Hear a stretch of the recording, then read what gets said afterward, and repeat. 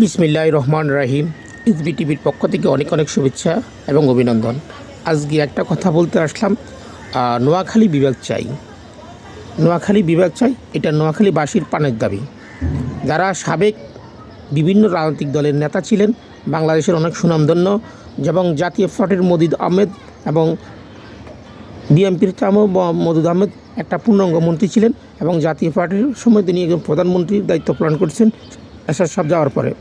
তারপরে আমাদের বাংলাদেশ আওয়ামী লীগ আসার পরও ওবায়দুল কাদের সাহেব শেখ হাসিনার পরস্থান ছিল, কিন্তু এরা নোয়াখালীর জন্য কিছুই দিতে পারে নাই।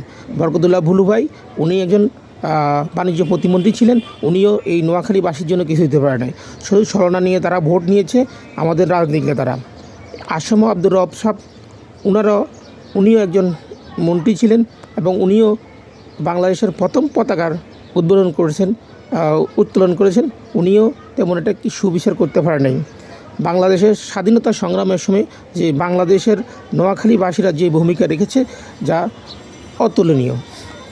তেমনিভাবে বাংলাদেশের এই বঙ্গবন্ধুর হাত ধরে শুরু করে বর্তমান ইউনিট সরকার পর্যন্ত বাংলাদেশের সাংস্কৃতিক, অর্থনৈতিক ও ক্রীড়া অঙ্গনে অনেক ভূমিকা আছে এই নোয়াখালীবাসীর। যে নোয়াখালী, ফেনী, নোয়াখালী, লক্ষ্মীপুর, রায়পুর, এরা একটা ভাই ভাই, একসময় বৃহত্তর নোয়াখালীতে ছিল। তাদের প্রাণের দাবি নোয়াখালী বিভাগ হবে, কিন্তু সেটা হয় নাই। এটা দুঃখজনক ব্যাপার। আমাদের এত দায়িত্বশীল অনেক লোক ছিল, তারপরেও কিন্তু নোয়াখালীতে কিছুই দিতে পারে নাই। শিরিন শারীন চৌধুরী সহকার আরও অনেক এমপি ছিলেন, কিন্তু কিছুই দিতে পারে নাই। তাই নোয়াখালীর প্রাণের দাবি। আমরা নোয়াখালীতে একটা শিক্ষা বোর্ড দিতে পারে নাই, একটা সিটি কর্পোরেশন ঘোষণা করতে পারে নাই, তারপরে একটা ইভিজিট ঘোষণা করতে পারে নাই, তারপরে নোয়াখালীর কোনো একটা উন্নত মানের একটা পার্ক, একটা হোটেল দিতে পারে নাই। এটা দুঃখজনক ব্যাপার। একটা ভালো খালেদা জিয়ার বাড়িও নোয়াখালী, বৃহত্তর নোয়াখালীর ভিতরে। তাই আমি বলতে চাই, তাদেরকে ধিক্কার জানাই। তারপরে এদেশের যে অর্থনীতিকে কত পরিমাণ ভূমিকা রেখেছে একমাত্র সরকার জানে। শ্রেষ্ঠ ধনী জেলার ভিতরে একটা জেলা হলো নোয়াখালী জেলা।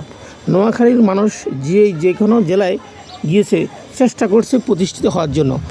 ঘাম বেঁধা দিয়ে অনেক জায়গায় প্রতিষ্ঠিত হয়েছে নোয়াখালীর ছেলেপেলেরা। তা বিদেশ বলেন, বাংলাদেশে বলেন, বিভিন্ন অঞ্চলে। কেন নোয়াখালী বিভাগ হবে না? শিক্ষা দীক্ষা, ক্রীড়া অঙ্গন, সাংস্কৃতিক সব জেলাতে আপ্যায়ন, অতিথিতে নোয়াখালী সেরা।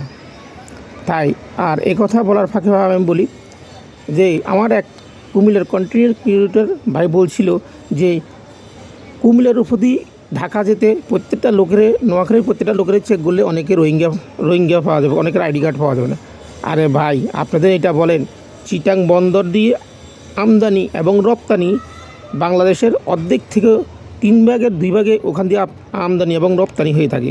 যদি ফেনীতে বা নোয়াখালীবাসীরা ওখানে আটকায় দেয়, বাংলাদেশের লোকেরা 1 মাসও টিকবে না, না খায় অনাহার লোক মারা যাবে অনেকেই। গার্মেন্টসের পণ্য ধরে শুরু করে, খাদ্য সামগ্রী ধরে শুরু করে অনেকেই। তাই এত ভয় করা ভালো না।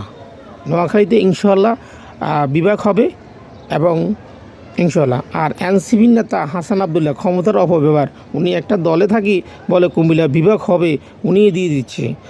আসিফ মোহাম্মদ সজীব ভূঁইয়া, উনি বলে কুমিল্লা বিভাগের সময়ের ব্যাপার, কুমিল্লা বিভাগ হবে। আরে ভাই, আপনি একটা উপদেষ্টা, আপনার জন্য সব বিভাগগুলোই সমান।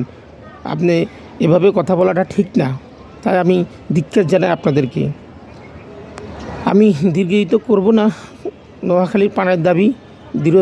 যে যেখান থেকে আমার কথাগুলো শুনছেন, অবশ্যই কথাগুলো শেয়ার করবেন এবং জনগণের মধ্যে দিয়ে দিবেন। বাংলাদেশ দীর্ঘজীবী হোক, এটাই কামনা করি। প্রত্যেকটা নোয়াখালীবাসীর জন্য শুভকামনা রইল আমার পক্ষ থেকে। সবাইকে আসসালামু আলাইকুম।